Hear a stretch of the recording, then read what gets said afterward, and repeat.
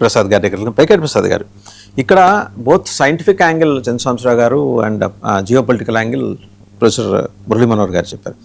ఇక్కడ మూడో అంశం ఒకటి ఉందండి. ఈ రెండు కాకుండా ఈరోజు తెర మీదకి తీసుకొచ్చిన దీని వెనకాల డీప్ స్టేట్ డైరెక్షన్లోనే అమెరికా దీన్ని డిస్క్లోజ్ చేయాలి, రివీల్ చేయాలని భావించిందా, లేదా డీప్ స్టేట్కి అమెరికన్ అడ్మినిస్ట్రేషన్కి మధ్య ఉన్న వైరుధ్యాలు ఏమన్నా తలెత్తాయా?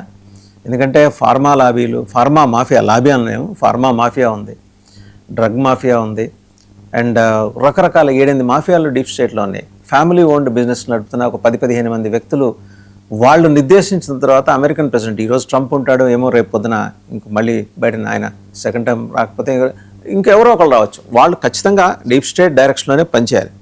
డీప్ స్టేట్కి అమెరికాకి చెడిందా? చర్చలో పాల్గొంటున్న పెద్దలకు అలాగే ప్రేక్షకులకు అందరికీ నమస్కారం అండి, శుభోదయం.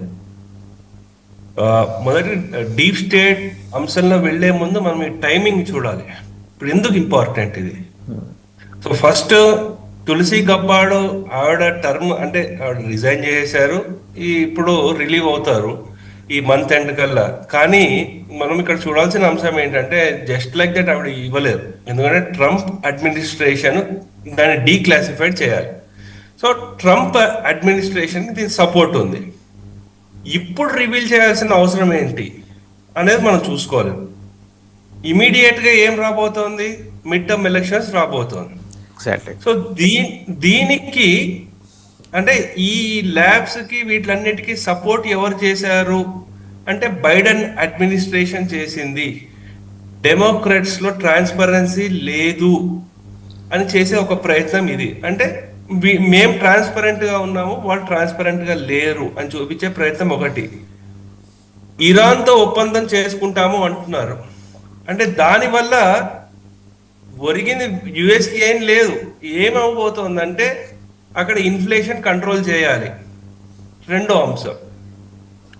మూడో అంశము, ఎప్పుడైతే కరోనా వైరస్ వచ్చిందో ఆ యుఎస్ లో వర్కింగ్ క్లాస్, మళ్ళీ చెప్తున్నా working class is the core supporter of Republican party. వాళ్ళు $3.7 ట్రిలియన్ కోల్పోయారు. మిగతా వాళ్ళు బిగ్ బిజినెస్ మెన్ ఎవరైతే ఉన్నారో వాళ్ళు $3.9 ట్రిలియన్ వాళ్ళకి ఆస్తులు పెరిగాయి. సో ఇప్పుడు ఇది చూపించే ప్రయత్నం ఎలా చేస్తున్నారు అంటే మేము వర్కింగ్ క్లాస్లకి మా కోర్ సపోర్టర్లు ఎవరైతే ఉన్నారో వాళ్ళ గురించి మేము కేర్ చేస్తున్నాం కాబట్టి ఇది చేస్తున్నాము అనే ఒక ప్రయత్నం చేస్తున్నాం. అయితే ఇంకొక కోణంలో చూస్తే అండి, ఈ ల్యాబ్స్ అన్ని సెటప్ చేసినవి ఎక్కడ అంటే రష్యన్ బార్డరు యుక్రెయిన్లో సెటప్ చేశారండి. 40 ల్యాబ్స్ వరకు, ఈవెన్ వుహాన్లో కూడా అక్కడే అంటున్నారు. అయితే అన్నీ చెప్పారు, కానీ కొన్ని అంశాలు ఏమున్నాయంటే డీప్ స్టేట్ ఎలా ఇన్వాల్వ్ అయ్యింది అంటే యాంథనీ ఫాసీ అనే వ్యక్తి. సో ఆయన, బిల్ గేట్స్, వీళ్ళిద్దరి చాలా పెద్ద పాత్ర ఉంది.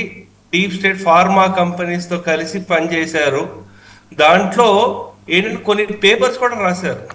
బిల్ గేట్స్ అసలు మొత్తము ఫార్మా లాబీతో కలిసి, ఈ ఫార్మా మాఫియా అన్నారు, వాళ్ళతో కలిసి ప్రపంచాన్ని అంతటికి కూడా ఈ వ్యాక్సిన్లు ఎలా సప్లై చేయాలి, ఆ సప్లై చేసిన దాంతో కొన్ని చిన్న చిన్న దేశాలు వాళ్ళకి కండిషన్లు కూడా ఎలా పెట్టారంటే ఒకవేళ మేము సప్లై చేస్తాం, దాన్ని మీరు విత్ ఇంట్రెస్ట్ మీరు మాకు ఆ లోన్ రిటర్న్ చేయకపోతే మీ దేశాలని మా కాలనీగా చేసుకుంటాము. ఎస్పెషల్లీ లాటిన్ అమెరికా దేశాలు, చిన్న చిన్న దేశాల్లో ఇటువంటి చేయడం జరిగింది. సో వాళ్ళకి ఏమైందంటే అప్పుడు భారతదేశము వ్యాక్సిన్లు సప్లై చేయడం ద్వారా చిన్న చిన్న దేశాలు అంటే మనకి ఆఫ్రికన్ నేషన్స్ వాళ్ళందరూ కూడా ఈ వాళ్ళ టర్మ్స్కి అగ్రీ చేయలేక భారతదేశం నుంచి వ్యాక్సిన్ చేసుకుని వాళ్ళ ప్రజల్ని వాళ్ళు కాపాడుకున్నారండి. అందుగురించి మనం చూసింది ఏంటంటే ఒక సౌత్ ఆఫ్రికా నుంచి ఒక ఆయన వచ్చి మోదీ గారిని సాష్టాంగంగా ప్రణామం చేశారు. సో ఇక్కడే వాళ్ళకి వస్తున్న ప్రాబ్లం అండి. సో ఈ డీప్ స్టేట్ కి వాళ్ళకి ఏంటంటే మోదీ గారి ప్రభుత్వము వాళ్ళ ఆటల్ని కొనసాగించట్లేదు. ట్రంప్ అడ్మినిస్ట్రేషన్కి ఏంటంటే వాళ్ళ కోర్ ఓటర్లని మళ్ళీ వారి వైపు తిప్పుకోవడం. ఈ ఇరాన్ వారు లేకపోతే ఏ కారణం చేతైనా సరే ఇన్ఫ్లేషన్ విపరీతంగా పెరిగిపోయింది, ఇటువంటి న్యూస్ బయటికి తీసుకురావడము, దాంతోపాటు ఇవి కంట్రోల్ చేసుకుంటూ రావడం. అంటే కొన్ని డీపర్ కాన్స్పిరసీ యాంగిల్స్ డెఫినెట్లీ ఉన్నాయి దీంట్లో. దీని మీద పేపర్స్ కూడా పబ్లిష్ చేశారు. నా దగ్గర ఒక పుస్తకం ఉందండి, దీంట్లో విక్రమ్ సూద్ గారు రాసిన పుస్తకం ఇది. సో పవర్ గేమ్స్ అనే పుస్తకం ఇది. సో విక్రమ్ సూద్ గారు he use to be a director of రా. ఓకే, వారు రాసిన పుస్తకం ఎస్పెషల్లీ పేజ్ నెంబర్ 75 to 85 లో అసలు ఈ pharma lobby or pharma mafia లేకపోతే గేట్స్ పెద్ద హీరోగా మనం చూపిస్తున్నాము. సో వాళ్ళు ఎలా పనిచేస్తారు, సో ఈ ఫౌండేషన్ పేరు చేత ఎంతైతే $170 billion గేట్స్ ఫౌండేషన్ ఉందండి. సో దాంట్లో జస్ట్ ఈ వాట్ల గురించి ఫైట్ చేయడానికి $1.75 billion ఇచ్చారు. మిగతాది కూడా కండిషన్స్ కూడా ఎలా పెట్టారంటే ఏదో ఫిలాంథ్రపీ యాక్టివిటీగా చేస్తున్నట్టు చూపించారు, కానీ దాన్ని ఒక